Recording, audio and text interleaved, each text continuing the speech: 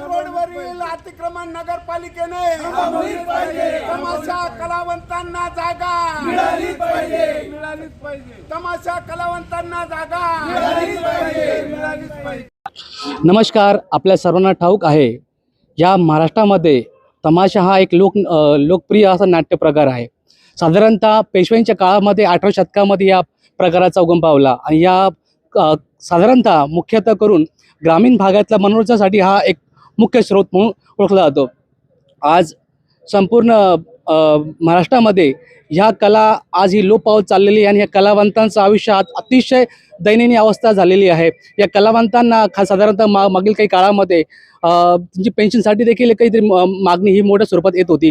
आता साधारणतः धुळे या ठिकाणी या लोकांना म्हणजे क्युमॅन क्लबजवळ काही बसण्यासाठी जागा निर्माण केली गेली होती, मात्र ती जागाही आता यांच्यापासून हिरवण्याचा हा नगरपालिकेचा एक प्रयत्न चाललेला आहे। त्या ठिकाणी जे आपलं भाजीपालेवाले जी मंडी यांना बसवण्यासाठी त्यांचा एक अट्टहास या ठिकाणी सुरू आहे। मात्र ह्या परिस्थितीमध्ये ह्या जे लोकनाट्य कलावंत आहेत या कलावंतांनी कुठे जावं या संदर्भात आपण जशी थोडंफार चर्चा करणार आहोत।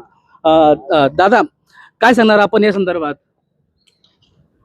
खानदेश तमाशा परिषद अध्यक्ष शेषराव गोपाळ, जवळपास ब्रिटिश काळापासून तमाशा कलावंत हे पाचकंदीला थांबत होते, पण थांबत होते ते त्यांना कुठेही काही म्हणजे निवारा नव्हता।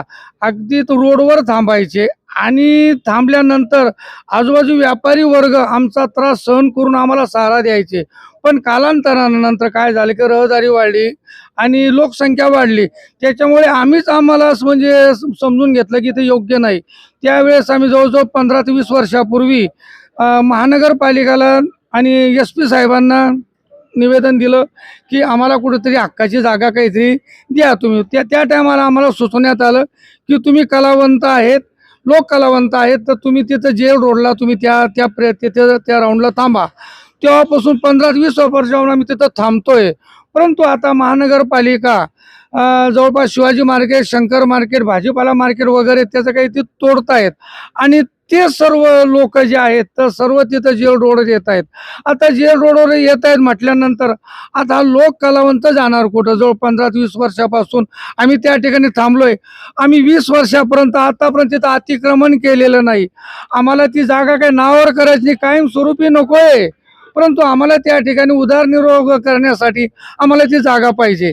आणि तिथं आपल्या जवळपास खानदेशातले 20 ते 25 फड त्या ठिकाणी थांबतात आणि एका तमाशा फडामध्ये 50 लोक आहेत, तर जवळपास आमचं 2000 ते 3000 लोक कलावंत आहेत।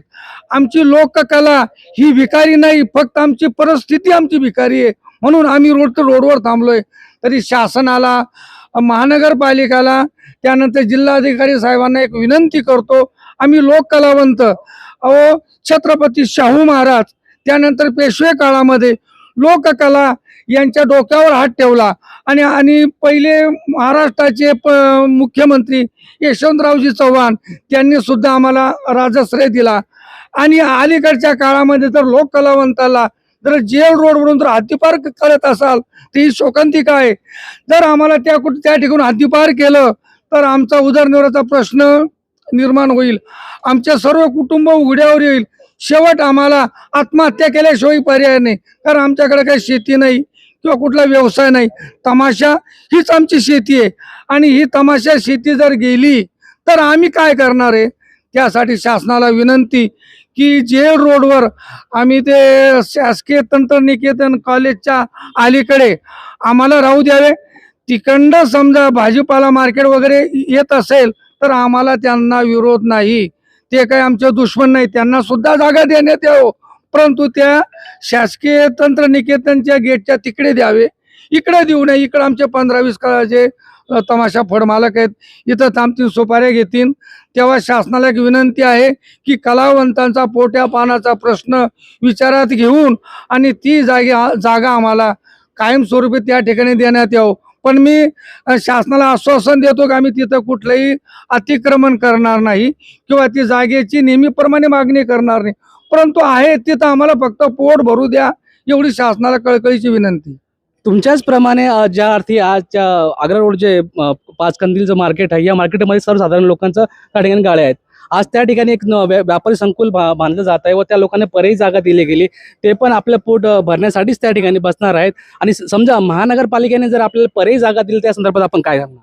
नाही, पर्यायी जागा आता तर शक्य नाही. कारण कसं आहे की जे आम्हाला सुपारी देणारे मंडळी आहेत, कारण 4 ते 5 जिल्ह्यातून जे कार्यकर्ते, जे प्रतिष्ठित लोक सुपारी द्यायला येतात, त्यांना नेमकं 20 वर्षापासून हे जेल रोडच माहिती आहे, त्या ठिकाणी सुपारी येतात. आणि आता आमचा एप्रिल ते मे हा आमचा म्हणजे मेन सुगीचे दिवस आहेत, आमचा सीझन आहे. आता जर त्या ठिकाणी आम्हाला तिथून हलवलं तर आमचा त्याच्या धंद्यावर परिणाम होणार आहे आणि आमचा धंदाच होणार नाही. त्यामुळे शासनाला विनंती आहे की आम्हाला आहे तिथंच राहू द्यावे, एवढी विनंती. जर समजून घ्या की शासनाने तुम्हाला पर्यायी जागा दिली नाही तर याचं पुढचं तुमचं पाऊल काय असेल? पुढचं पाऊल एकच आहे की त्यानंतर आम्ही उपोषण करणार, आंदोलन करणार. आणि आमचा हा म्हणजे जगण्या मरण्याचा प्रश्न आहे. आमचा प्रपंच जर उघड्यावर येणार असेल, आमचा धंदा व्यवसाय बसत असेल, तर शेवट आम्हाला आत्महत्याशी पर्यायच नाही. त्याला जबाबदार सर्व शासन असेल.